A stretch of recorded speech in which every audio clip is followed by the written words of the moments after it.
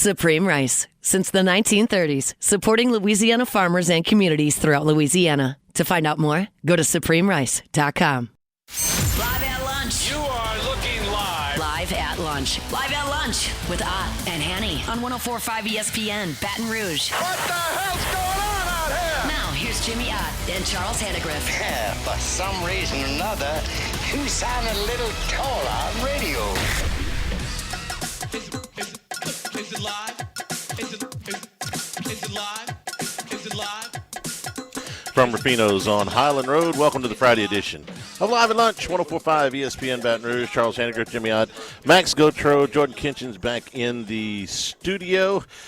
Glad you're with us on this Friday. Had a good ball game last night, man, in the playoffs between Miami and Ole Miss. What do you mean good? What great. Exciting. Yeah. Entertaining. Yes, a good ball game. I enjoyed watching it. Well, that's good because good can mean well played, really high level.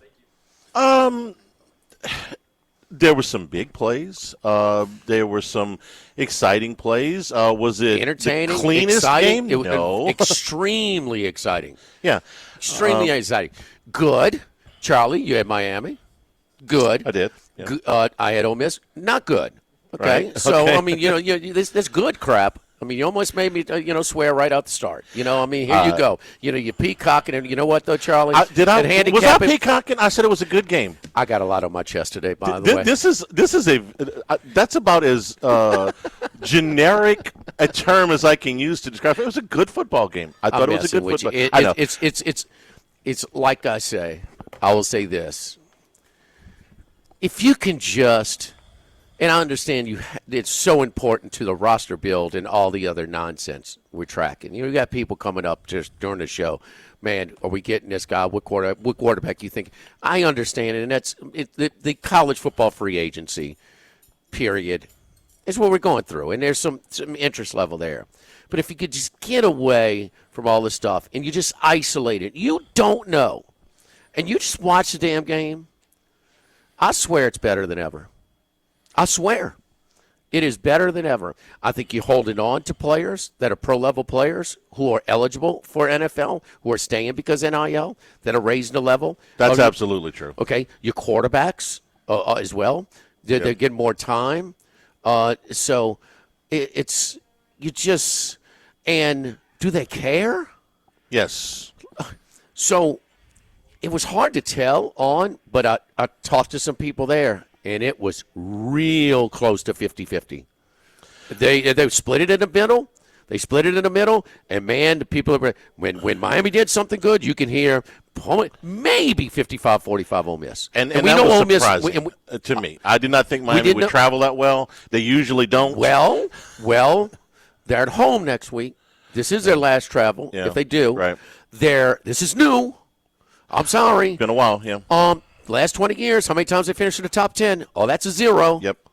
So, yeah, I mean, it's this is a whole new generation of Miami fans that didn't live through the 80s. But we know their track record for lack of support. Yeah. Or lack of a fan base. But I was listening to a Miami guy this week and said, "Oh no, we'll bandwagon with the best of them." Oh, yeah. We're all in down here. Right. The skyline with the ibis and everything. I mean, they're in. So they're front running town. But if you just watch the game, minus the trophy ceremony, we'll get to that later. It's time I'm sorry. There's more games to be played. It's time to reduce that. All right. Cristobal looked really comfortable on the stage last night, huh? I went to bed. I didn't even watch it. He went out of his way to make it awkward. He went out of his way to be awkward with Van Pelt after because they have another game to play. It's not a bowl game. It's not a bowl game. You have not won a championship. I don't care what they tell us. It's not a bowl game. When it's a finality in a bowl game, that's fine. When the old way, Charlie, when you walk off with 36 winners, that's fine. But damn it, man, it was one team just didn't belong. I mean, you try so hard to recruit up front, and it all starts up front. And I know it's cliche, but, man, you could work all summer on timing and passing game and this and that, but then you still got to sweat if the lineman puts his hand up and deflects the ball up. And so many things can go wrong in the passing game. But when you can just hand the ball off and whoop somebody's ass, that's what you dream of. Yep. And Miami has it. And they want to run throwbacks. They want to run trick plays. They want to showcase a really struggling quarterback last night. They made it so much harder. And then when that pass rush gets tired, because it does get tired. You can't run after that guy after so long. When it does get tired, then he has a little room, a little time, and you see what he can do. But it was, heck, you had 4 lead changes in the last 8 minutes or so, 9 minutes. No, you had an epic game, but there was a lot of imperfections. But I'm not saying Miami; those players didn't try because they were playing hard. And Ole Miss being such an inferior roster last night, they played as hard as they could. I don't know if it was that inferior a roster. I did think that this game would be decided the line of scrimmage. I told you yesterday when we did the breakdown that I thought out of the 2 rushing attacks, whoever ran the football better would win. And I believe that going in out of Fletcher and Lacey. And had Lacey played the whole game, it might have been a little bit different. But we talked about his injury. It was significant. He had 11 carries and Fletcher had 22. These are the 2 lead backs on the deal. And Miami whooped them up front. If you go back to when we were in October. Killed them up front. Killed them. We were October. And what did we say about Ole Miss? This is when Kiffin was still coaching and the other jobs had not opened yet, and we thought Kiffin was staying there. It was like, does he have a championship team? Well, you thought at the time, said at some point they're going to run into somebody that is just going to jam the ball right down their throat. And that rush defense is going to be their undoing. And I think that was the biggest difference in the game last night. I think you probably do too, is that rush defense was not going to hold up against a top-flight rushing attack. I thought Georgia would get them. They didn't. Give Ole Miss credit. And Chambliss has done everything he can and then some to provide magic for them. Tip my hat to the kid. He's a phenomenal player. But Miami won the game up front to the point. I texted you one time the whole game, and this was, I think, somewhere in the beginning stages of the third quarter, maybe even to the middle of the third quarter. Like, how is Ole Miss still in this game? No doubt. How is Ole Miss still in this game? Why do you say they were not that inferior?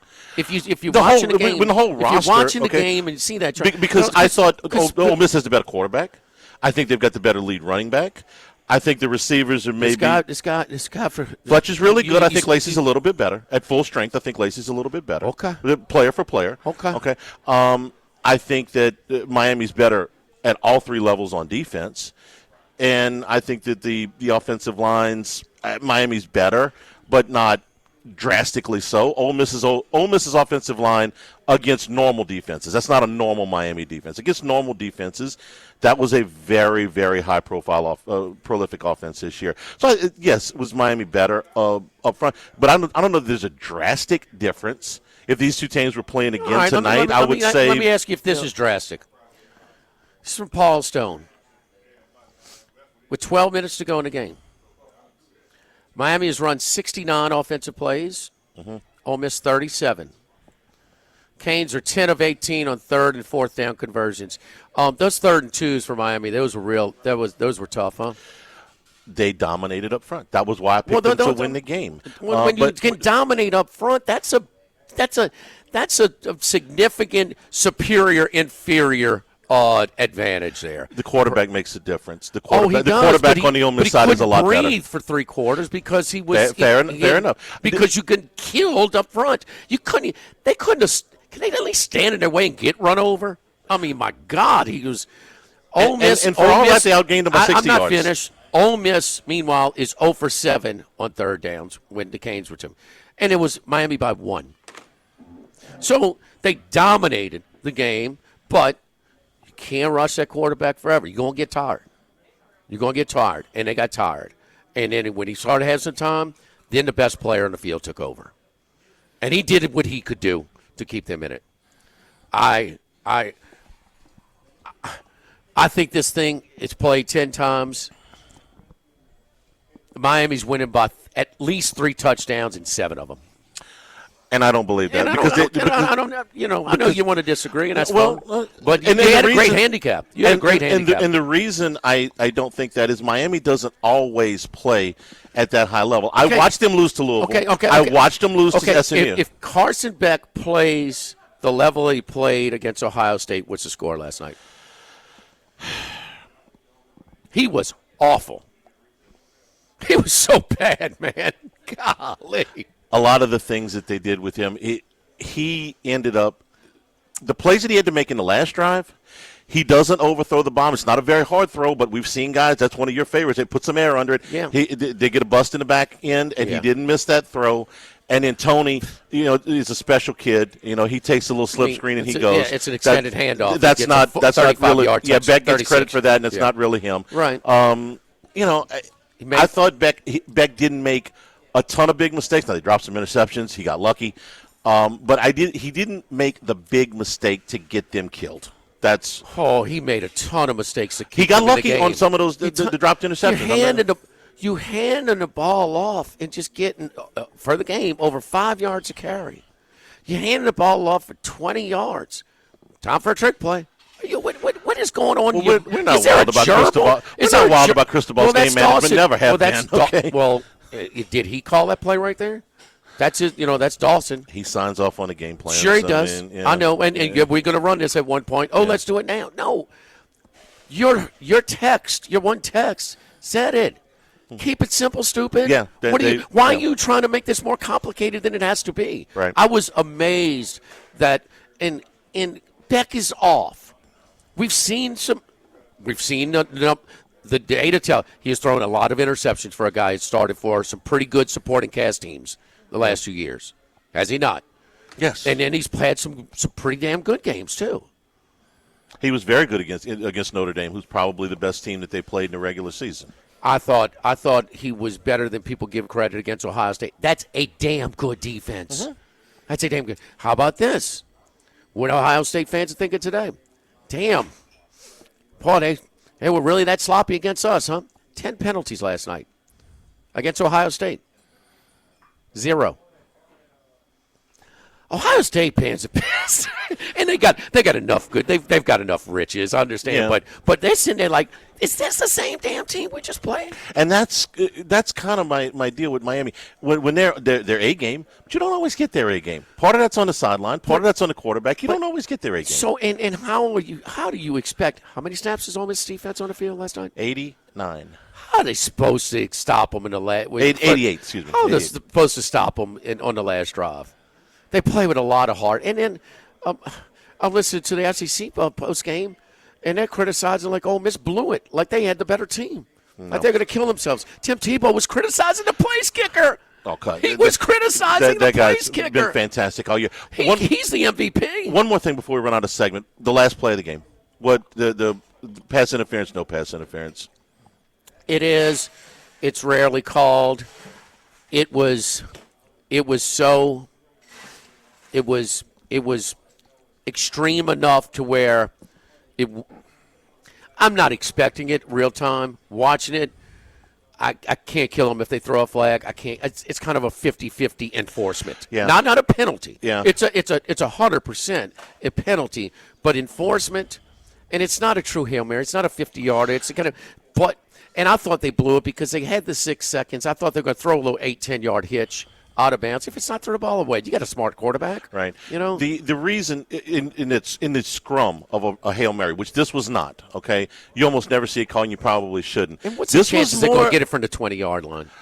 Better. I mean, a chance. Yeah, chance. But I'd give 10%. them 10%. Yeah, that's what I was going to say. This was closer to a one-on-one than it was to a Hail Mary scrum. That was kind of my take on it. I didn't expect it to be called in real time either. This is the fun part about it. Everybody's got a little different interpretation. That's why great we handicap, this. Jack.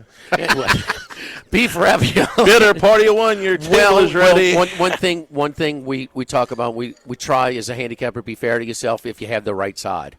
No way Ole Miss was the right side last night. Can we agree on that? Yes. Okay. But Cignetti versus Cristobal on the sideline. Oof. Better beat Oregon. One guy's got a rock, one guy's got a freaking cannon. Them Ducks was pretty good the last time we saw them. Appetizer features the beef ravioli over here with the red wine jus, carrots, and pearl onions. Duck quesadillas with the duck confit, pepper jack cheese, tamarind, honey mustard. Entree features, we have a pork porterhouse with the Tuscan braised field peas, Italian salsa verde.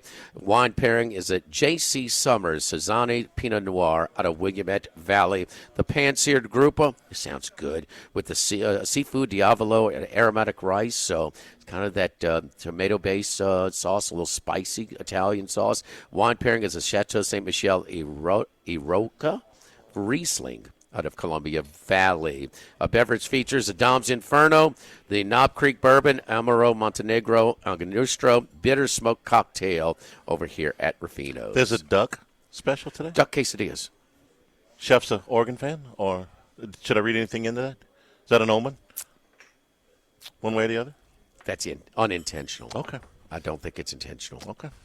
But we got to ask the chef. I mean, I don't know. Coincidence? You're I don't hot. know. You're hot, but it wasn't that bad. It wasn't that bad of a mismatch. Miami was awful last night. They tried to give that thing away. And they won and they covered. Live at Rufino's, Yes, live at lunch, 104.5 ESPN Baton Rouge.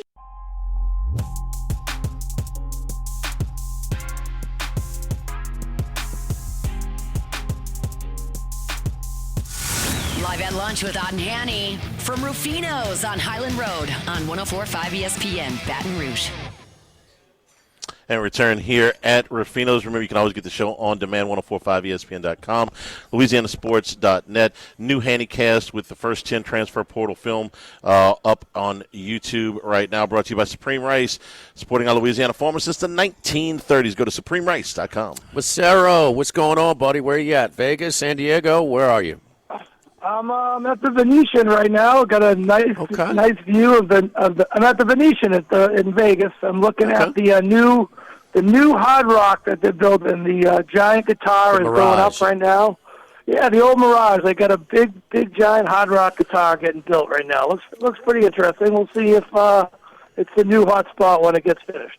Did you go to the Mirage when it was kind of like first on the scene back in the day, or am I dating myself a little bit? Yeah, you know what? I was actually there 2000, the year the Patriots won the first Super Bowl, the week of the Saints game. I actually got tickets to see Siegfried and Roy before the whole incident with the Tigers. So I was in there. It was the hot spot. I remember friends of mine's parents at the time, when that first opened, they would always make the trip out to the Mirage. That was a new hot spot. The great sports book, Steve Wynn, the whole situation. It really was the number one property on the Strip at that time. All right, the Runts are going home again. The coaches are going to all their places. We'll see some players swap sides a little bit as well. But anyway, your thoughts of a very exciting, a very entertaining semifinal last night in Phoenix? Oh, the game was awesome. I agree with both of your assessments as you were talking before in the last segment. Miami definitely dominated the game. Miami definitely should have won the game. They were definitely the right side.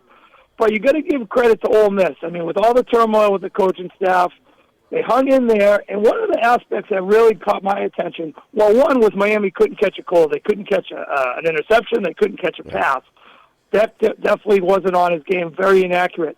But what was curious to me, and yes, they did pound it up the middle a bunch of times, and they obviously had the advantage in the ground game for the offensive line. But what was with the pass blocking from Miami? I mean, Ole Miss was only rushing 3 guys, 4 at max, and they were getting to Beck all night, which was very concerning. I mean, that left tackle, he's big and tall, but he is slow, and I'm escaping, his name's escaping me, but I mean, he got beat a million times on pass blocking, and I'm not sure if that's going to hold up against either Indiana or Oregon. We'll see, but I obviously think Miami can play a much better game. One little aspect of the game, I did take Trinidad Chambliss at 75-1 at FanDuel last night to be the number 1 pick in the draft. I just figured it was worth a flyer. That was all they would give me. What do you think of his draft status, Charlie? I mean, he doesn't have the size, so that's going to limit him, we would say, huh? Kyler Murray didn't have size. If he comes back next year and has another year like that, I think he could move himself into the first round. If they deny the waiver and he's got to go into this draft, I think he's probably a second-day pick is my best guess. But if he Because has of the those, height. that magic 25-plus starts, he's so much better than Kyler Murray. So much better. He just throws the ball with touch and accuracy so much better, and he's a so better much passer smarter. than Murray was at that point. Murray was an elite athlete. This guy's just pretty damn good. He ain't far behind. He doesn't have Murray's speed. Murray had elusiveness and speed that catapulted him up, and obviously he got overdrafted given what we've seen. But that's why he went. Running? They did. That's what they thought they thought they could turn him into a passer, but he had that one elite trait, that upper end speed and elusivity. I don't know that Chambliss is as good as Murray was. Who's better in the pocket? Level. No, Chambliss is a better passer. I'm not. No. Murray. He first pick and they giving up on him after a big contract. He's bad. Also, he's got 2 coaches fired already. And next year is a pretty thick quarterback class, so that might hurt him a little bit too. I'm glad you brought that up, Chris. I don't remember how much it would get into him late. I just remember early in the game he was. I've seen ladies at the Windsor Court tee more harassed than Beck was early in the game. I mean, he could eat a sandwich back there. How about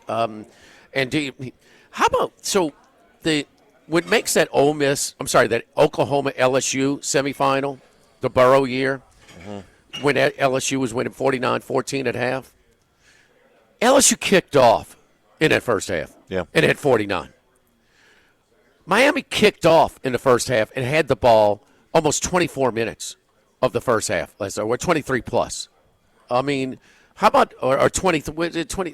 It was like 23-7 basically. They had the ball the whole game.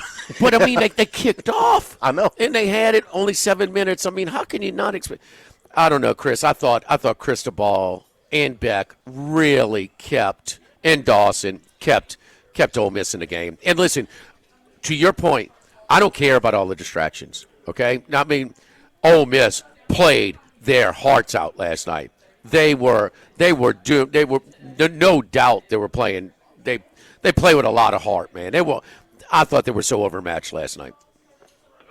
Oh no, definitely give them credit. They never quit. There was, like you mentioned, there was a tip pass, an interception, but they made the plays. I mean, if Miami could have caught a couple of those interceptions and caught a couple of the touchdown or throws, obviously it would have been a totally different game. But you brought up Shannon Dawson, the offensive coordinator for Miami. This guy, I mean, get the ball to Malachi Tony. The guy catches everything. He's the fastest player on the field, and they refuse to get him the ball.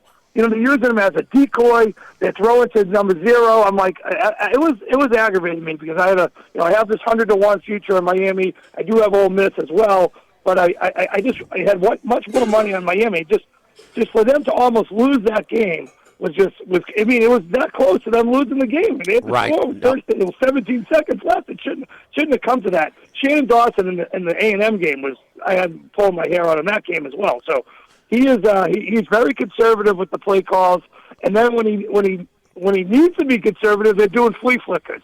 So they're going to get rid of that flea flicker. I don't want to see that again in the national championship game ever again. Stop with the flea flickers. It was not the night it was the night to keep it really simple. I mean, guys, the third and shorts or the goal line situations, so easy. I mean, there was no resistance. I mean, it was so easy. I mean, where those are supposed to be the toughest yards, So I just, I don't know, man. I think the running back, Charlie, might be selling him a little bit short. This is 3 straight weeks now against the 2 more respected defense. He's pretty good.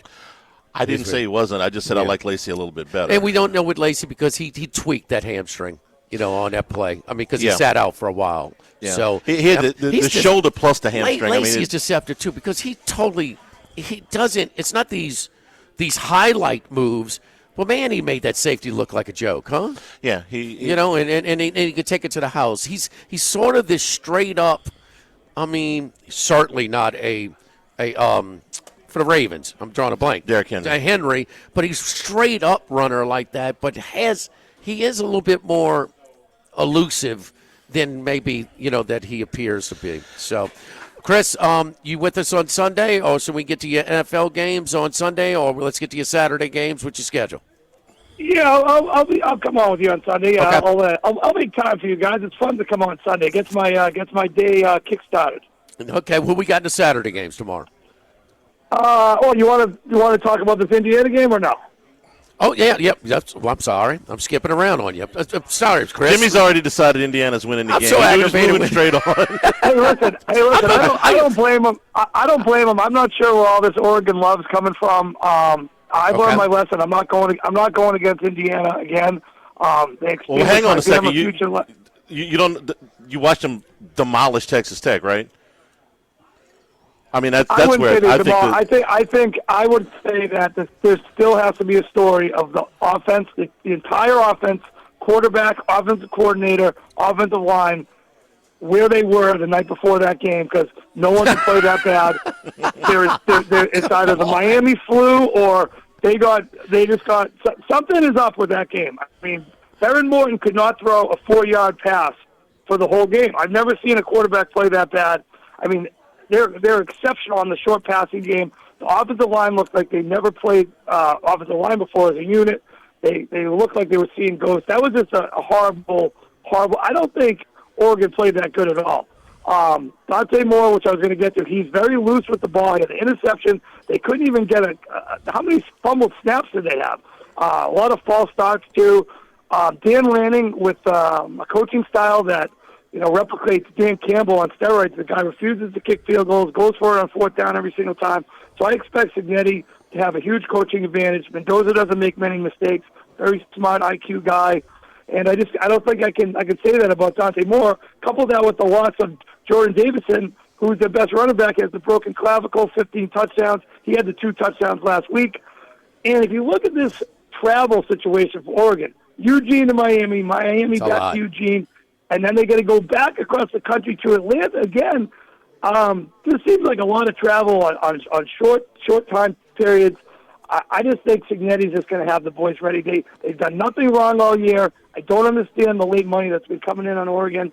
I really if you want to play it a little more cautiously, just take Indiana in the money line. Maybe we can get it together with the NFL game in a second. But I just think Indiana's done nothing wrong all year. They're better coached. They have the better quarterback.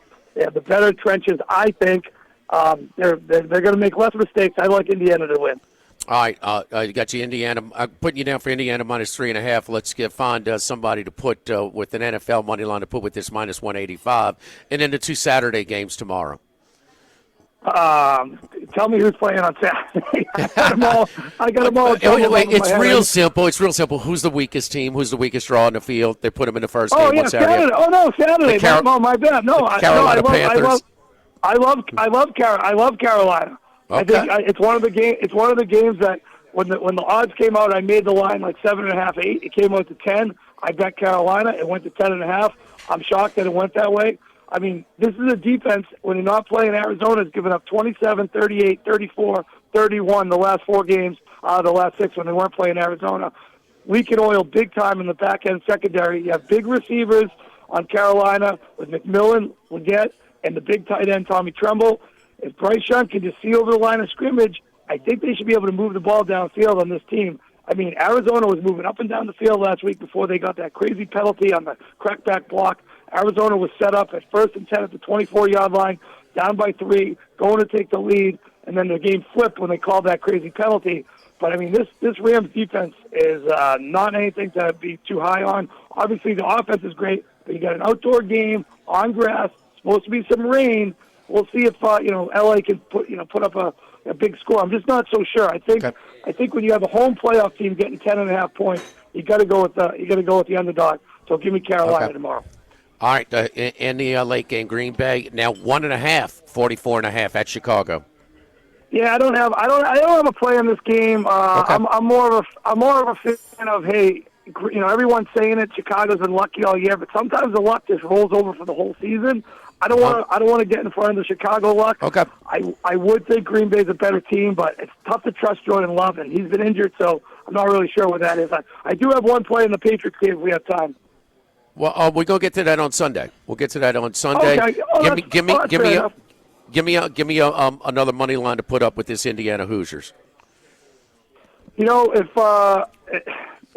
I guess you could play it both ways. You probably think the Rams aren't going to lose the game, but I still like Carolina with the point. So maybe just if you want to get, it'll bring your Indiana down to it'll bring your Indiana down to even money. Minus 125. Yeah, you take Indiana, in the money line, and then you take Rams in the money line. That'll probably get you home. Our friends over at the DraftKings Bally's and the Queen, that would be minus 125. Hoosiers, Rams. If it was tennis, Charlie, what would the line be between Stafford and Bryce Young? 10.5 or higher? He hates Bryce Young, Chris. He hates him. By the way, I had dinner with Big Randy and Humans last night and a couple other guys. And we were just wondering, how stupid did Lane Kiffin look? I mean, come on. The guy is sitting there in the LSU game. LSU's getting spanked by 27 to South Carolina. He's on his phone. He's got Levitt there. He's texting the other guy. I mean, this guy is going to be great content for you guys for 3 years if he's there that long. We're due for a break.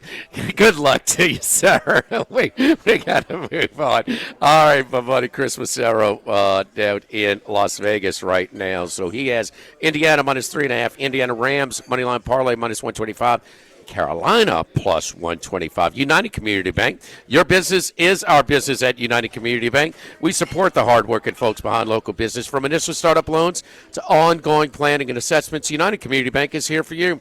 Contact Heath Meir, Nicole Glover, David Henry, Prentice Wilkes, and see how we can help your business today. David Campbell, of course, as well. United Community Bank, member FDIC, equal housing lender. Live at Rufino's Live at Lunch, 104.5 ESPN Baton Rouge. Live at lunch with Odd and Hanny from Rufino's on Highland Road on 104.5 ESPN Baton Rouge. Jimmy, Charlie, and Troy. Three best buddies sitting around talking sports bets. Let's welcome in Troy Macker from Bet Rivers. Troy, good to hear from you, brother. Last night, Ole Miss and in Miami. Big one tonight, Indiana and Oregon. Where was the final tally last night? Where was the money on Ole Miss and Miami last night? Money line was mostly on Miami. Miami, despite being a little bit criticized and a sluggish team heading into the playoff, they were far more of a public team than Ole Miss, despite the SEC pedigree. Pre-game it was around 70% of the money was on Miami and like 65% of the tickets. Spread, there was more pregame money on Ole Miss, but that evened out throughout the game. The sportsbook took a slight win on that game, but not anything massive. We did offer some props for player props in select markets for this specific game, and there was one that there was a $10,000 wager on Carson Beck anytime touchdown at plus 650. Which is a great win, and came at the best time. And this game was also split on over/under because of what Miami had done in the previous two games. Playing really tough defense, and it was clear by game plan like they wanted to be methodical and slow, and they really dictated 3 quarters of that game when they didn't have turnovers, when they weren't sloppy, when they're clean and tidy. They want to play old school football, which isn't very Miami, but the real volatility is honestly in Miami futures market. Because their odds were all over the board, and at one point they were the number 2 team in the country, but you could still get them at times at 50 to 1, 80 to 1, and we did take some decent money on long shot Miami to win the national championship odds. All right, you guys have as much liability as some of the others reporting. Talking about almost a $400,000 bet getting ready to cash in Seminole Hard Rock Sportsbook on Miami to win it all. Odds as much as plus 150 to 1. Saw video from the risk management guy at the Westgate in Las Vegas, the Superbook, and they're saying it is not going to be pretty for them if Miami wins the whole thing. Said they got action preseason, regular season, even when they had that dip and lost those 2 games. Does Brett Rivers have that much liability on Miami winning the whole thing? And you said that was from the Seminole Hard Rock? Where is that located in? Florida. Yeah. Okay, so we do have a big liability on Miami. before last night, our ideal national championship game would be Ole Miss versus Oregon. That would be the best for futures. The worst would be Indiana versus Miami by a long shot. And Indiana, it's in and around the same liability. I would say XL, even approaching double XL liability. And so for the Seminole Hard Rock, Miami's their home team. Well, in this case, Indiana is one of our home teams because of our footprint in the Midwest. Right. And also to the fact that you can get Indiana at 150-1 at the beginning of the season. Even though they were trending, towards the number one team in the country, it took a really long time for people to buy in because they didn't play a loaded schedule. Even after beating Oregon at Oregon, they weren't like super short odds. You could still get them at 17-1, 20-1, 25-1, up until mid-December. So for us, Indiana is the biggest liability, but Miami's right there. I think the biggest potential payout for us is around $80,000 to $90,000. Wow. So, yes, this is in, regional people, right. College football fans bet their own team. Yes. What a surprise. Yes, I know. But I guess there aren't any out in Las Vegas, minus UNLV. So I just I found it interesting there. I'm just curious, and y'all had some long odds, but I'm just wondering when that Sunday show we were doing, when I like Kalshi and things like that, it was basically minus 10, 15-1. That Notre Dame was going to make it to the college football playoff, or you were getting plus 10-1. I mean, did y'all have any?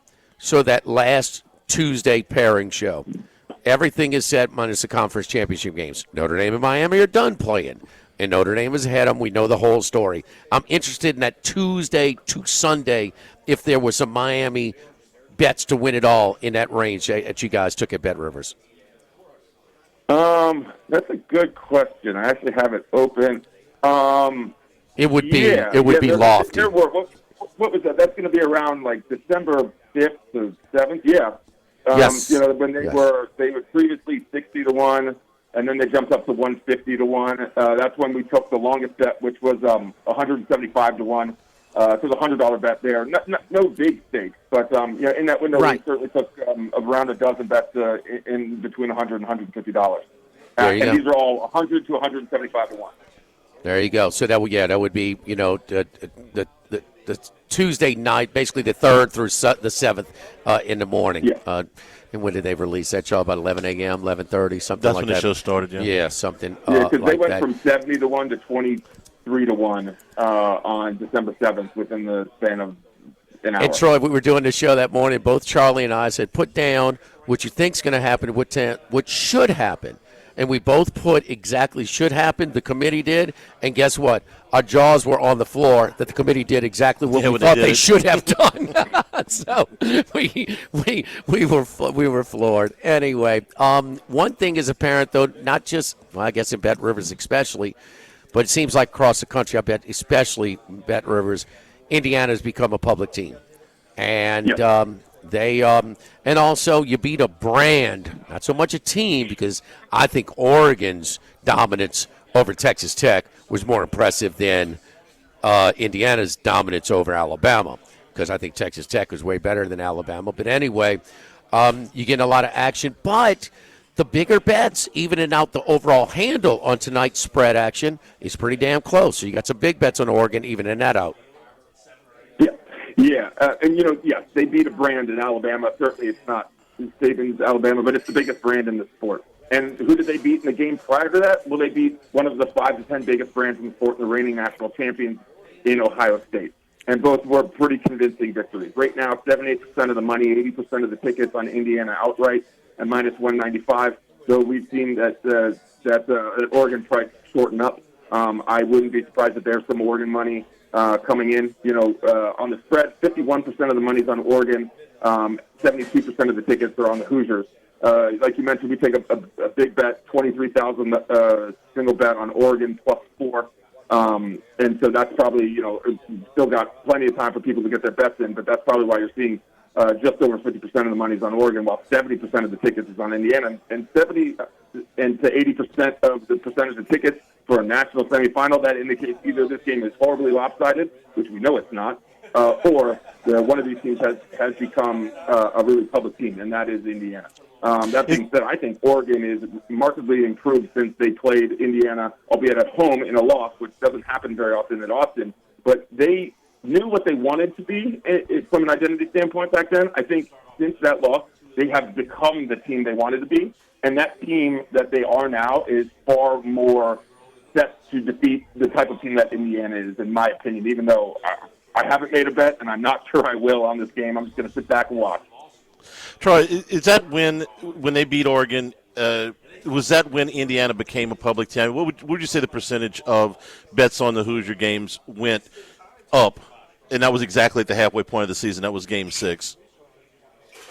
I think so, because what was it, 2 weeks later that they had the miraculous win against Penn State, because they went Oregon, Wisconsin, Penn State. It was about 4 weeks later. About 4 weeks later.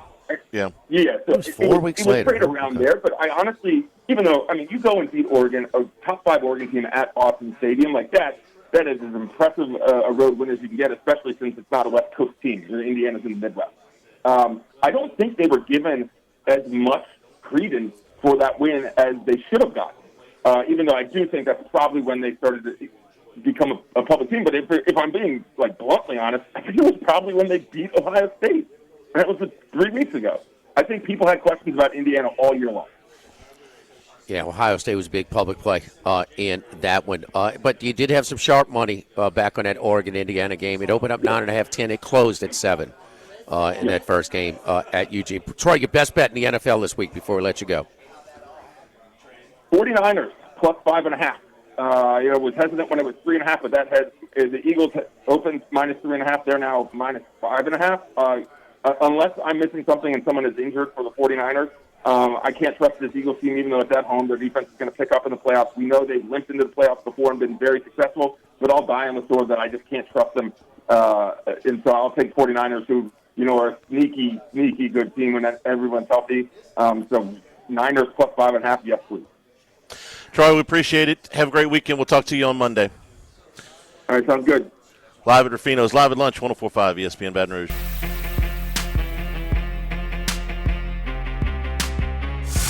Live at lunch with Otten Hanny from Rufino's on Highland Road on 104.5 ESPN Baton Rouge.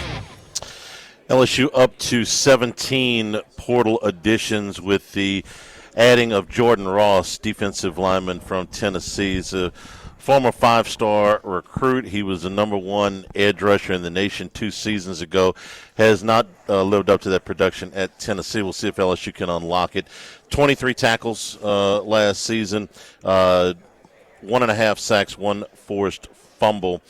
He played in pretty much every game this season, but not 6'5", 245 pounds. Not the production that they were looking at when he came out, but again, we'll see if LSU can unlock it. And, of course, Damon Williams, we'll talk a little bit about that in the second hour, on his way back to Washington after kind of stirring the pot here for a few days. He came in town? Who knows? Who knows? Nobody seems to be able to know exactly where he was for a portion of that time. So Lane's got to keep things quiet if he's going to get something done before you get a little backlash, huh? Well, I wanted to know if they were going to blame LSU for him going back to Washington, too, since they blamed him for trying to put himself in the transfer portal. How's that going to play out in the locker room? Probably not all that well. Hour number 2, straight ahead here at Rufino's. Live at lunch. That was close. Kiffin would have won if he was coaching last night. 104.5 ESPN Baton Rouge.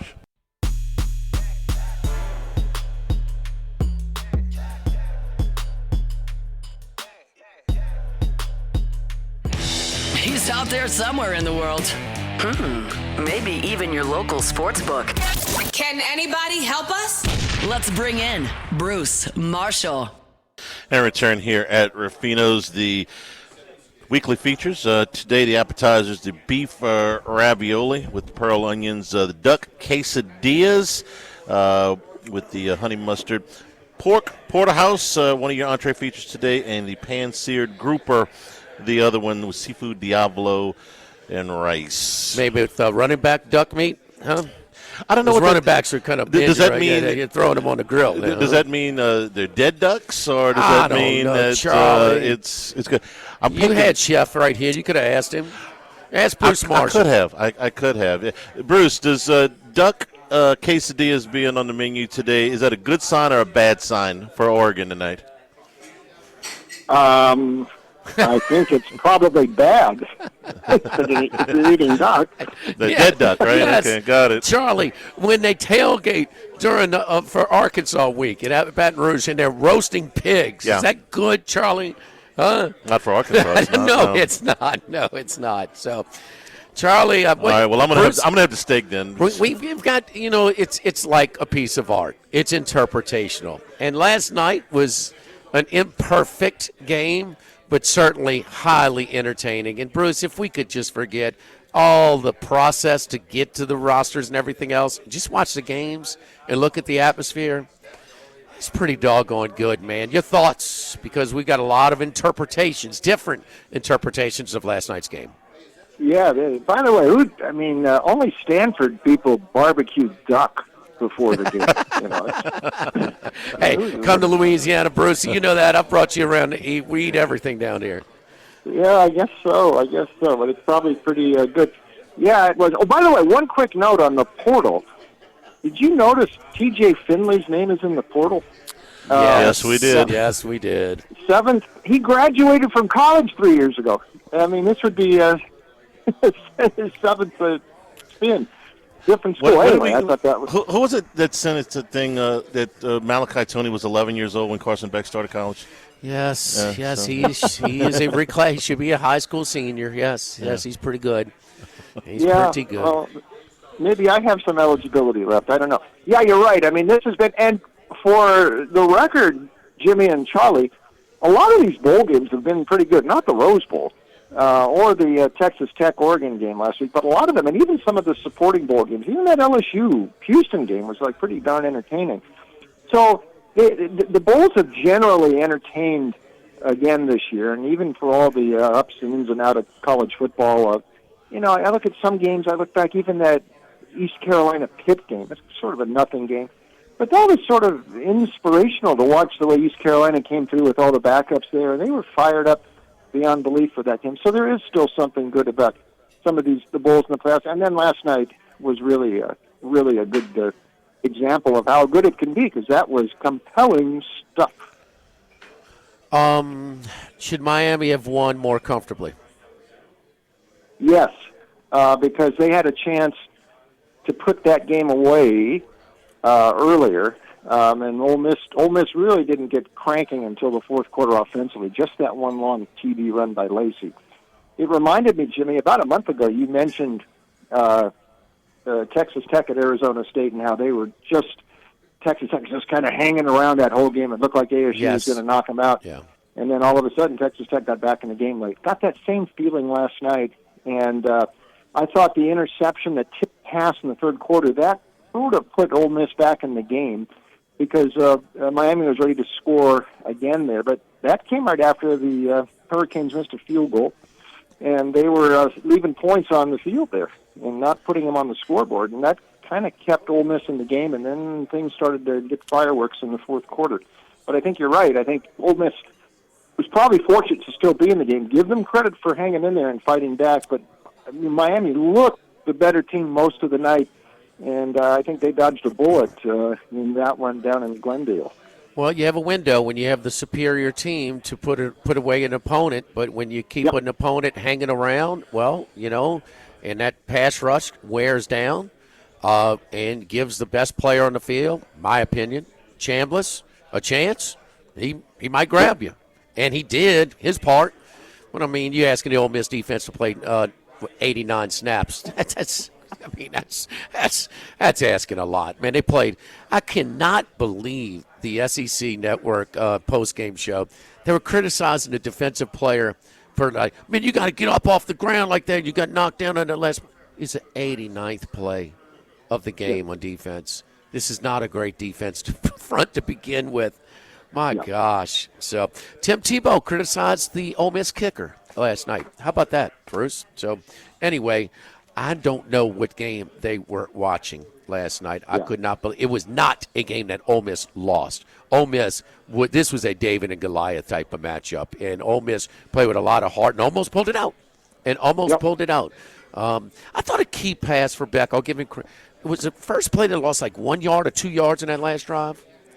It was like a 2nd and 11 or 2nd and 12, and he completed like a little 9-yard out to make it a 3rd and 2.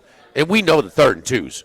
The 3rd and 2s were like that was a joke. I mean, that was like tush push success rate. I mean, even more so. It was an 8-yard. It was an 8-yard. 8-yard throw. Yeah. And then the Daniels throw on 3rd down. So he actually, and what was the little slant coming from the left side, a skinny post rather, that he threw? He kind of actually threw some balls in rhythm.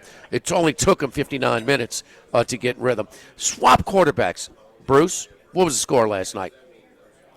If Shambles is on Miami, they win by 2 touchdowns, I think, because he can make more plays. Yeah, Beckto did, down the stretch there, he did start making some throws, although the face mask penalty on that 3rd down pass, that was the one I really think really hurt Ole Miss, because I think we're looking at a 4th down if he doesn't grab the face mask. The receiver was not going to catch that pass, I don't think. Shambles. Yeah, but Shambles. Yeah, I mean, if Shambles is there on the Miami side, I think the Canes win easier. Yeah. And I feel the same way you guys do. That Shambles is so much better, and it was last really, night because Beck is not usually that bad. He's had some bad games like that, but that's not the norm. It felt a lot worse than what it looked like in the box score because their counting numbers were almost identical. They were both 23 out of 37 last night, and within 9 yards of each other. Now Beck had the interception, but the counting stats were very close, even though I felt the same way you guys did, that Chambliss was What do we talk about when we evaluate quarterbacks? Protection, weapons, running game. Not close. No, it wasn't. Not close. Not close. Max, you have something to say? Well, just the only difference I would say is Chambliss, to me, this wasn't his best game, specifically because his box score could have looked a lot different if he had some picks. He could have. He did not protect the ball like he normally does. He's got three interceptions all year. He had some turnover-worthy plays. I mean, there was a throw right into somebody's hands. He had some turnover-worty plays. So. Couple, and we. This is what I said about LSU, man. Their DBs didn't drop any interceptions this year. I'd bring it because it's noteworthy. They drop a lot of interceptions. These were some bad drops and could have even been like a pick 6 or 2. So, yes, he got away with putting the ball in danger way more because he's being pressured way more than normal with the Miami. The Miami front is really, really good, Bruce. Well, but they have zero penalties against Ohio State, 10 last night.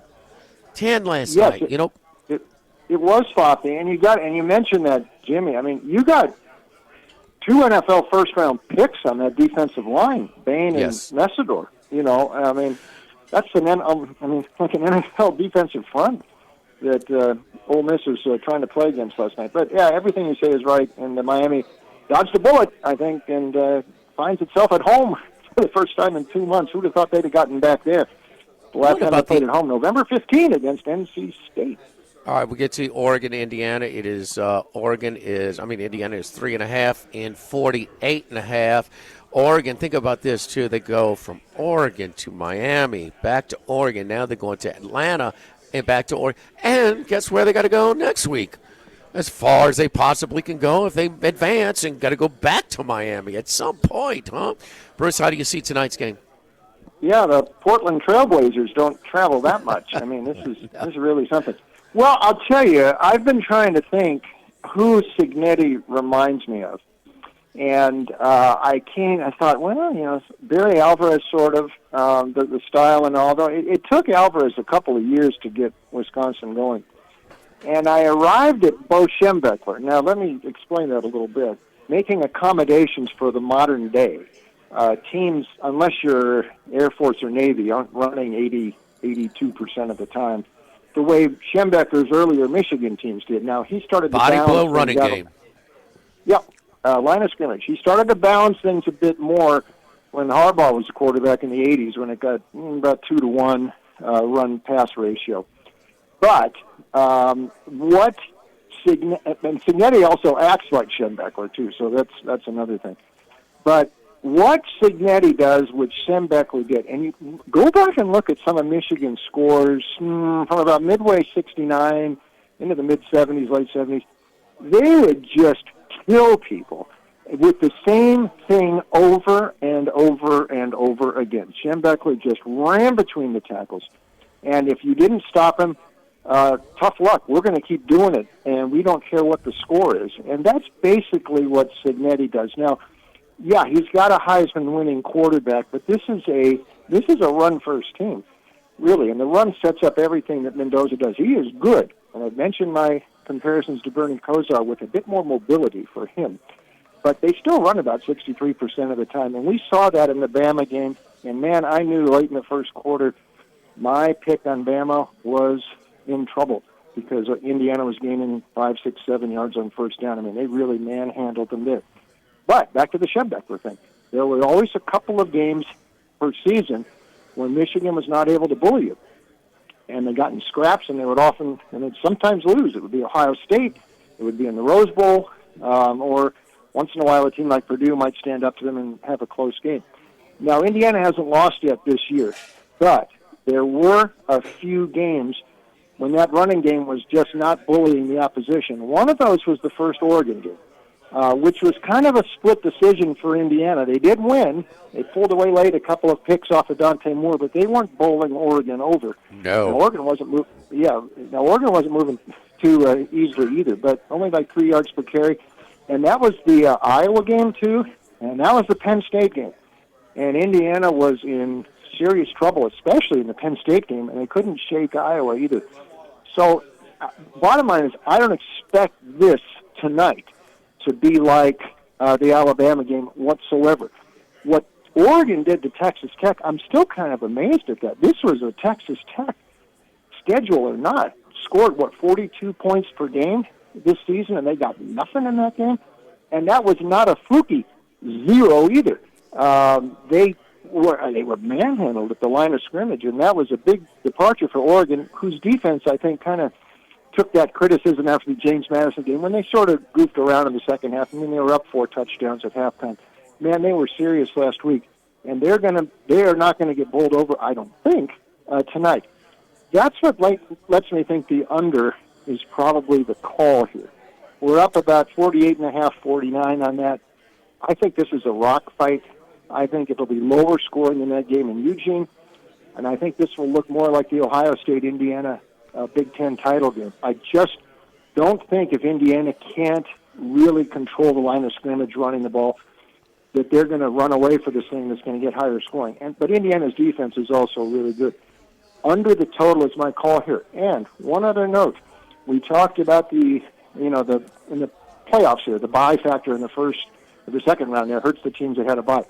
The other factor this postseason, we mentioned this last week, the revenge, and this goes back to conference championship week. 8 revenge matches here, rematches of the regular season. 6 times the team that lost won the rematch. If that angle holds, it's a plus for Oregon. I'm leaning to the Ducks. Can they win it? Maybe, but I think this game trades in very tight margins, so maybe 3.5 or 4 points is enough for Oregon, but I'm going to recommend under first. Okay. Lesser pick on the Ducks. Especially if they don't turn the ball over. The first game, 50 points total, and 3 of the scores in that game came off of turnovers. 4 if you count a downs turnover. So if they keep the turnovers down, Bruce, that to me is the biggest key on that under. Here's the numbers, Bruce, because sometimes the rushing statistics can be a little bit misleading with the quarterbacks. The sacks are thrown in there. Oregon, the running backs, Hemby and Black, rushed for a combined 26 times for 101, just under 4 yards a carry. Against Iowa, 26 for 124, just above 4. Last week in the Rose Bowl, 33 for 188, so right around 6. So, no, it's a little bit different. But, yeah, just under 4 yards a carry. Oregon, was I that wrong on Texas Tech, Bruce? I could not believe, because the score was so much worse the game was so much worse than the score in the Orange Bowl last week. I couldn't believe how Texas Tech got pushed around that game. I'm like you. I'm totally the same as you. I was stunned at that. And I almost thought Oregon offensively really played it close to the vest. It was like a tactical game by Lanning. He said, I'm not going to do anything to risk this because my defense is totally in charge here. Sure. And I thought that's why Oregon's offense, didn't look great last week. And I still need a bit of convincing on Dante Moore to think he's going to come out and be the number 1 or number 2 pick. But I think they just scaled it back because they knew their defense was in control. And you're right, they did manhandle Texas Tech, and I did not expect that, just like you, very surprised. They ran 3 plays inside the 33-yard line. 3 plays inside of the Oregon 33-yard line. The whole game. Texas Tech. Charlie, it was a nightmare. I mean, they didn't even come close to threatening. It was so much worse than the score. Hey, Bruce, your best picks in the NFL this week. 6 games in the wild card round. Jacksonville. They're not. The odds makers and the wagering public are giving Buffalo too much respect. Yes, I know Josh Allen, what he can do. And I'm not overreacting to the fact Buffalo hasn't won as a visitor in the playoffs since the 1992 AFC title game at Miami when Jim Kelly was still there. Or the fact that Josh is 0-4 on the road in the playoffs. 3 of those were at Kansas City, and 2 of those were really close, I know. But it's just this year, I think something was missing from Buffalo this year, and it was on the defensive side. This was not a great Buffalo defense. They were really soft versus the run this year, softer than they've been in recent years. They ended up losing the East to New England. Now, the Patriots had a real the schedule helped out the Patriots, but still, I think Buffalo backed up a little bit here, and I think you got to start taking Jacksonville seriously here. What they did down the stretch, this was a different team. The switch flipped, I think, after they blew that game against Houston, one they should have won. But once they took apart the Chargers the next week, they were a freight train going down the stretch. And when they went into Denver, that was no fluke. I mean, they beat Denver. And what Trevor has done, his progress under Liam Cohen, I think Cohen deserves, I know Vrabel's probably going to win Coach of the Year, but I think Cohen deserves some votes because he has turned Lawrence around. And this team's got a swagger about it now, too. I think this team could get the Super Bowl. Jacksonville's going to beat Buffalo, and they're going to advance and cause some trouble for Denver's lucky. They wouldn't see Jacksonville to the AFC title game if Denver gets that far. But this is a very dangerous 3 seed in the AFC. No argument there. I got a Vrabel ticket to win Coach of the Year, so obviously that's where I'm pulling for. But I can make a case for like 7 guys. I can't remember a year, Bruce, where you had so many really good coaching jobs. I mean, really good. I guess when guys like Lamar Jackson and Patrick Mahomes and Joe Burrow are out of the playoffs, I mean, I guess they gave up some wins somewhere. So it's Chicago, Seattle. The Jacksonville's unbelievable. I mean, yes. I mean, and his impact on Lawrence. I mean, for Lawrence we're questioning if he's a bust. Earlier this year, and he's having the best stretch of his career. There's no doubt. He's now proven like he's kind of fulfilling the high expectations. One other thing about Jacksonville, and Sean Payton was talking about this in the press conference before he played the Jaguars. And he's talking about all those ball hawks in the secondary, and he said, look, here's the problem throwing against Jacksonville, and especially those corners. He said, those guys catch the ball. He said a lot of DBs and cornerbacks don't catch that well. That's why they're playing on defense. He said, these guys catch the ball. And he said, and that adds an extra bit of risk when you're going downfield against these guys because interceptions can really happen because they have great ball skills. He said, better than any team in the league. And when Sean Payton says something like that, I pay attention. So Josh Allen better be very accurate in his throws down in Jacksonville, or those DBs, they're ball hawks there. They can turn a game around like they did several times this year. Charlie, for some reason, the Ohio State fans are in my head. Another one they were saying last night. Where were these DBs last week? Where were these DBs dropping all these balls last week? They had one on their heads, pick six. I mean, the game was completely different last night if one of those games was returned with pick six, and there were a couple. Sure, and they were on each side. And Chambliss just doesn't put the ball in harm's way mostly, but he just doesn't get pressured like he did last night. Brucey, great stuff as always, my man. We appreciate it. We'll talk to you next week. Have fun, boys. Thank you. Yes, indeed. So don't forget our friends at Total Maintenance. Again, Total Maintenance, one of South Louisiana's oldest and largest AC and heating companies since 1980. AC heating, generator installations, maintenance. Service today, every day means you call today, You get service today. Factory authorized dealers for Carrier, American Standard, Dakin, and Rheem products. And now is the time. If you have a unit that's over 10 years old, if it was serviced over the summer, you're not thinking about, well, we weren't using the AC right now, I guess. But anyway, and we're not really stressing them like we do in those hot summer months here in South Louisiana. But right now is the time, if you need to replace a unit, time to take advantage of some really great savings. Total Maintenance is offering up to $5,500 off select systems, as well as steep discounts on the ductwork you have to put off replacing that's 30 years old. Free evaluations of your system to find out exactly the recommendations and options. Call them up at 480-1000. Come over and they'll evaluate your situation and provide recommendations and offer replacement options in what we do. And if there's some of those units that will fit your situation and fit your house, can work out for you. So it's a really good deal. If you got a unit that was serviced this past summer, it's over 10 years old, call my friends at Total Maintenance, 480-1000. Lucas Ragusa and all his great staff at Total Maintenance. Live at Rufino's, live at lunch, 104.5 ESPN Baton Rouge. Live at lunch with Otten Hanny from Rufino's on Highland Road on 104.5 ESPN Baton Rouge. And we're also brought to you by the Thibodeau Store, the Pierre Part Store, also in LaRose and Lockport, 900 St. Patrick Highway in Thibodeau. TheThibodeauStore.com is the website. New year, new savings, up to 60% off of some deals right now on the website. A lot of cleaning supplies that you can get at a discount right now as you prepare for maybe some spring cleaning deals that are going on for you. Of course, always with the great deal on outdoor cooking, your crawfish pots, your jambalaya pots, your grills, your griddles, the big green egg cookers are there. Tool storage, power tools, hand tools, cordless power tools, patio furniture. Jimmy, just a little bit something for everybody at these properties. Especially Dad. Especially Dad, yeah. Post-Christmas sales opportunities where Dad can rack up. And so you like to cook, you like to do some things around the house.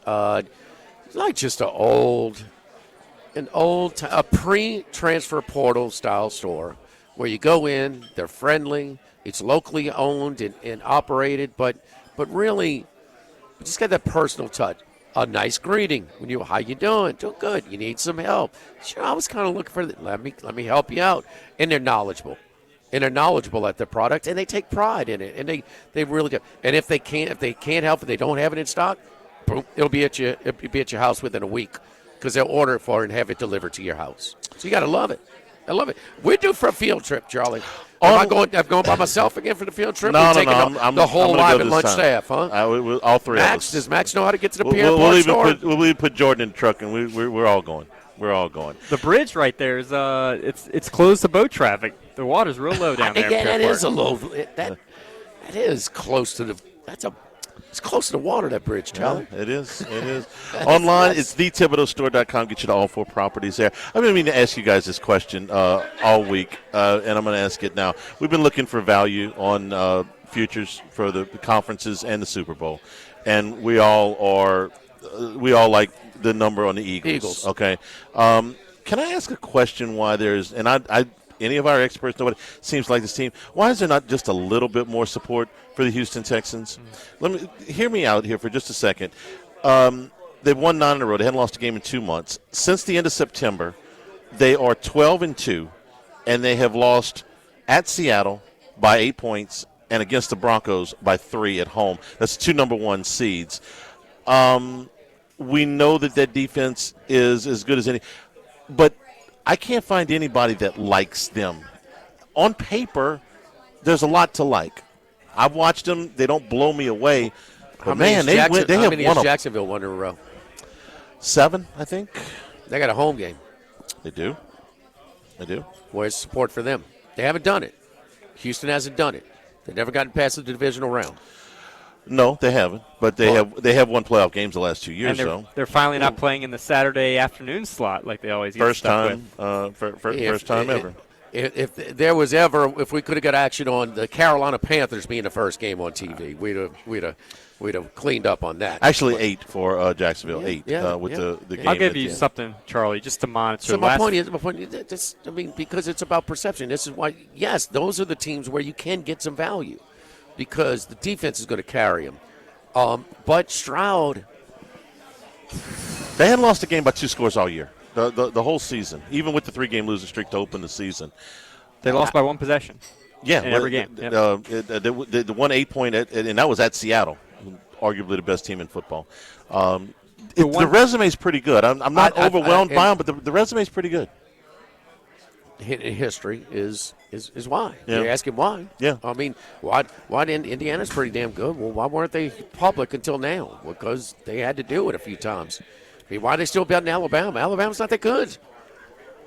The one thing I pointed to. They still bet them last week. Do you think it's a value at plus 475 to win the conference? Yes.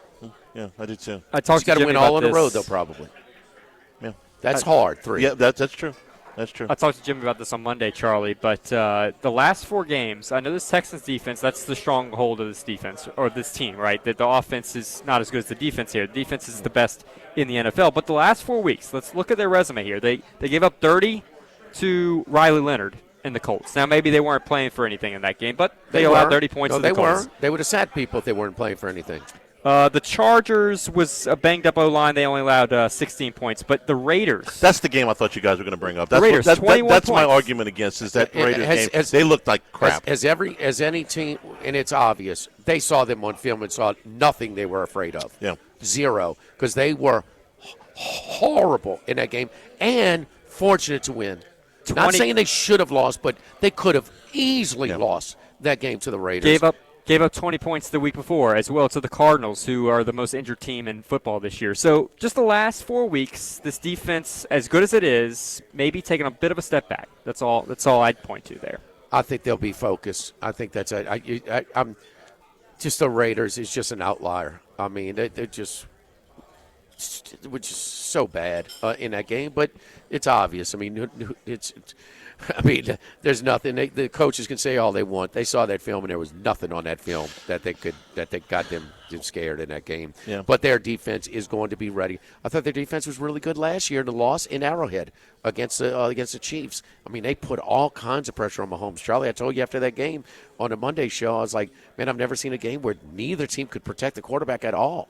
I mean, the Chiefs were putting all kinds of pressure on Stroud. Stroud is the guy that concerns you the most. He is not He has not had a track record of consistency that says, okay, yes, he can go in 3 straight road games and win and play well enough to win. And now, he doesn't have to perform like some other guys because, I mean, stopping the run, pressuring the quarterback, I mean, coverage, they got it all. And they tackle pretty good. They're a physical team. I mean, they have it all. Keep in mind that Raiders game, too. It started off with a pick 6 by Stingley. Yeah, you get a cheap touchdown to start off, and you're still, fighting for your life in that game. So they're going to keep it. I like them a lot on Sunday night, on Monday night, rather. And how is Pittsburgh going to score in that game?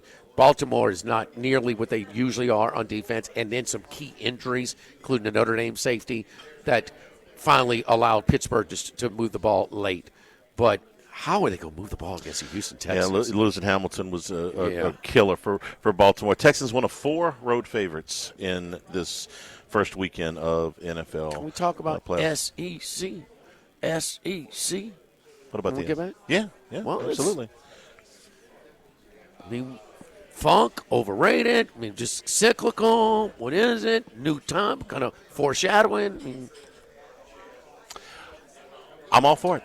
We'll do that when we get back. A history lesson for the younger audience. Max. Professor Ott, when we come back. We are live here at Ruffino's, our off the menu features for today and throughout the entire weekend over here at Ruffino's. Beef ravioli, duck quesadillas. for you Indiana bettors out there. Trey Fee, you could be sitting here watching the game tonight, starting off with a little duck quesadilla. I feel like a man without a country. I mean, I'm the only person picking Oregon. Charlie, I'll be there with you. All tonight, right. Okay? I appreciate the support, Jim. When you're asking me to be on the pros versus Joes, I'll try and be on the pros. I like to be on the house's side. Pork Porterhouse, the pan-seared grouper. And our beverage features today, the Dom's Inferno, the Winter in Lombardi, St. George Spice Pearl, Lazzaroni Amaro, lemon juice, honey syrup, orange bitters, egg white, nutmeg. I bet Barry loves preparing those. Why don't you order one of those? Service with a smile. Here at Ruffino's. Live at Ruffino's, live at lunch, 104.5 ESPN Baton Rouge.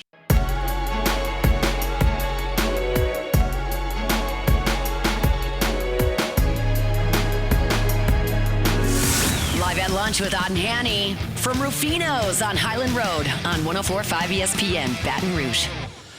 And we're also brought to you by Louisiana Health and Injury Centers, helping you deal with pain. Dr. Michael Goff and his staff have helped us out so many times over the years. So if you've got back pain, neck pain, muscle soreness, things that are keeping you from moving around as well, or maybe not getting a good night's sleep, talk to the folks at Louisiana Health and Injury Centers. They'll get you into a program that'll loosen things up, ease your pain and suffering if you do have to get into a program with a dry needling, electric nerve stimulation, cryo ultrasound therapy. They can help you out there, too. Airline Highway, Plank Road, Jefferson Highway near Drusilla. Dr. Michael Goff, Louisiana Health and Injury Centers. You wanted to talk about the SEC. Look, because the SEC is a little down right now. I mean, this is a little stretch. It's not. It's not a massive drought, but, I will say this early in the season, one thing that I did get right, I don't see a national champion in the league, early to middle part of the season. Mm-hmm. Teams get better. Just good look at the 0-3 team, So we had to win by thread against Georgia at home and kick the crap out of them in Georgia, in the SEC championship. Teams get better. Teams develop, developmental sport, and they could have. And I think Georgia got better, over the course of the season. Sir, I think, Chambliss, they realized what they had in him a little bit more. They got better.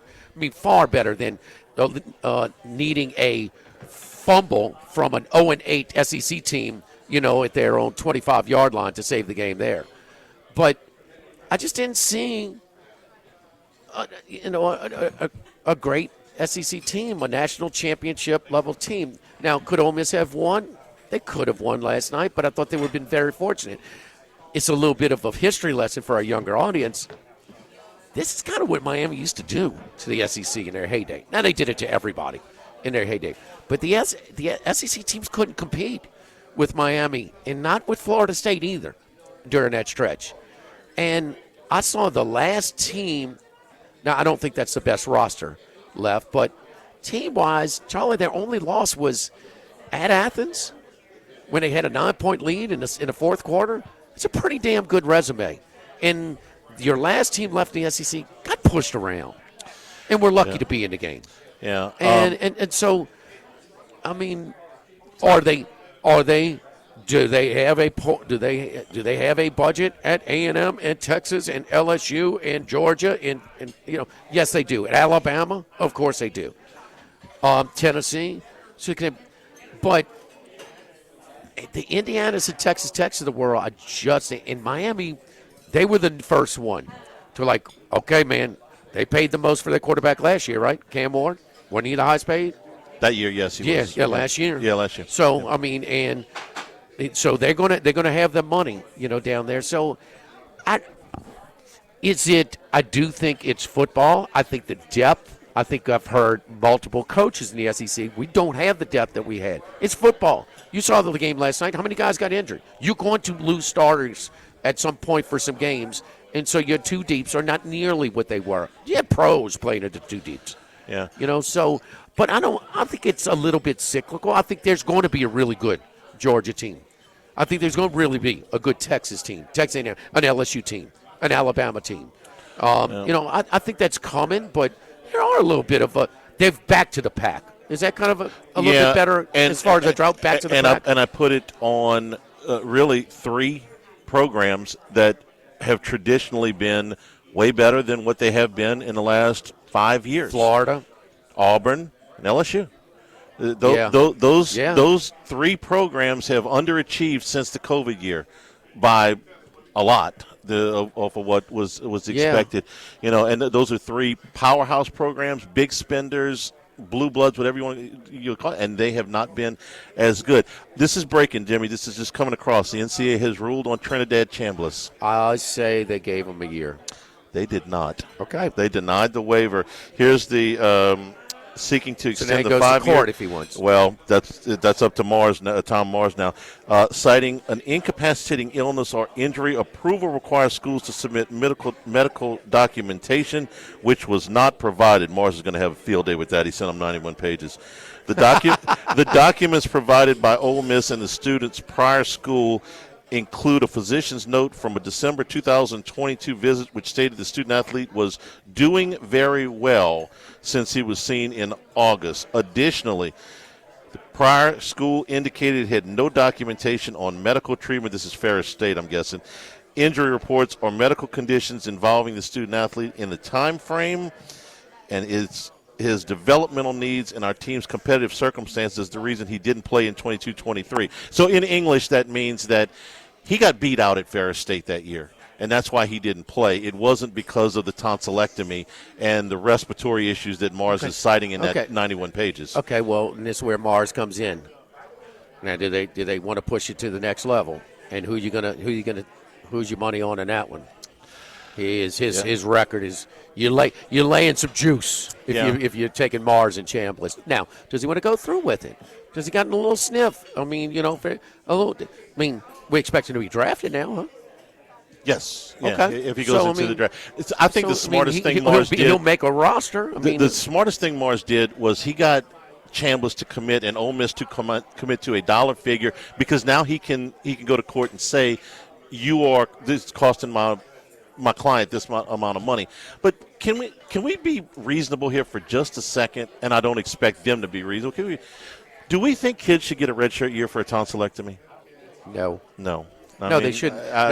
No. And as much as you want to say you pull for this game, you're taking one less scholarship away. And one thing that is really one of the down points of it, J.T. Curtis's son tweeted out the other day, talked to 2 Ivy League schools and a D2 school this week.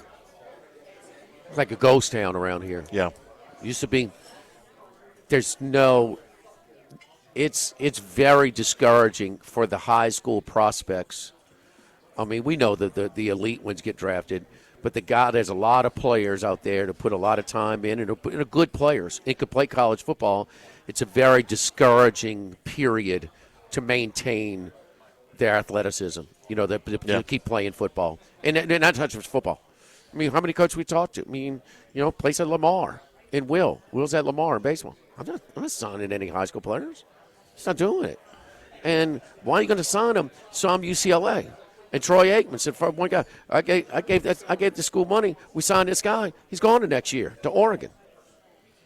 I mean, so how do you put your money with your high school when the freshmen are going to have a hard time having an impact? You got special guys like Williams at Alabama last year, like Tony this year, that are even playing a year ahead. The elite guys, they're always going to be a place and always going to be money. But there's so many players out there, Charlie, and it's just these type of things. Just keeping giving. Guys, man, are we done with the COVID period yet?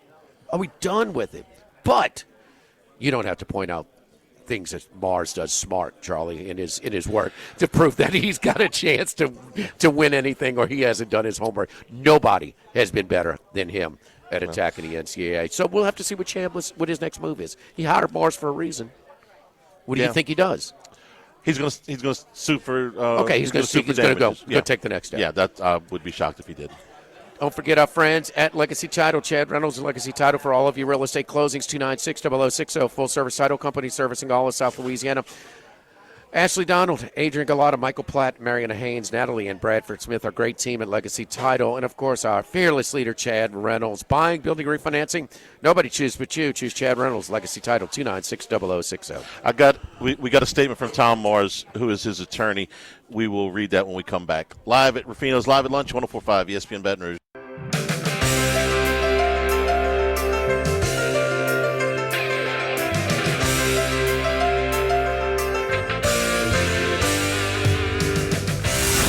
Lunch with Otten Hanny from Rufino's on Highland Road on 104.5 ESPN, Baton Rouge. Statement from Tom Mars, attorney for Trinidad Chambliss. I'm disappointed but not surprised. The last time I checked, however, the only score that matters is the one at the end of the fourth quarter. I assume that Ole Miss will file an appeal with the NCAA, but that's their decision to make. However, there's now an opportunity to move their case to a level playing field where Trinidad Chambliss's rights will be determined by a Mississippi judiciary instead of some bureaucrats in Indianapolis who couldn't care less about the law or doing the right thing. To pursue that course of action is a decision only Trinidad and his parents can make. So Mars minus 345. we're going to back to appeal, and we're certainly going to go to court on this. By the way, you get a lot. You want to talk about a wide range of opinions on somebody's draft stock. You can find somebody to tell you that he's going to go anywhere from from day 2. Mel Kiper's got him listed as the 6th best quarterback behind John Mateer and Carson Beck, all the way to undrafted. So you want to talk about a large range of what and that's happened when you have a really good undersized college player. Yeah. The guy that doesn't have the measurables at the next, but damn it, he can throw the ball. And that was a tough night to play quarterback last night. A really tough night. And, man, he hung around, and it was not his best. There's no doubt. And because the other team provided a little bit more resistance, but he almost pulled it out. He did his part. I mean, what if he had another minute? Well, he did it. What, how much time was that? Got down to 35. It could have been a flag. It could have been at the 20 in 18 seconds. Do you think he gets? Do you think he gets this eligibility My back? money's until Mars loses. Yes. Well, no, but Mars could get him his money and not get him back in. You know? Charlie. So what the Pavia thing was, he was at JC and he wasn't at a spot where he could. So you telling me that's not precedent for, he missed out on NIL opportunities at Ferris State, of course. And where's the courtroom? They're going to get a hearing on this. Mississippi. Oh, well, home field advantage. Mars at home. I'm sorry, minus 685. Okay, I think he's going to get some compensation out of this. My thing is he's going to get eligible. That's what I'm talking about. Okay, how many times has he lost trying to get guys eligibility? They can drag their feet on this thing, but we'll see. We'll see. I'm with you on Mars. They're going to drag their feet in Mississippi. I got a feeling they'll expedite it. Thanks, everybody, for participating. For Max and Jimmy, I'm Charles Hanniger saying thank you and good afternoon. Stay tuned for Hunt Palmer on 104.5 ESPN Baton Rouge.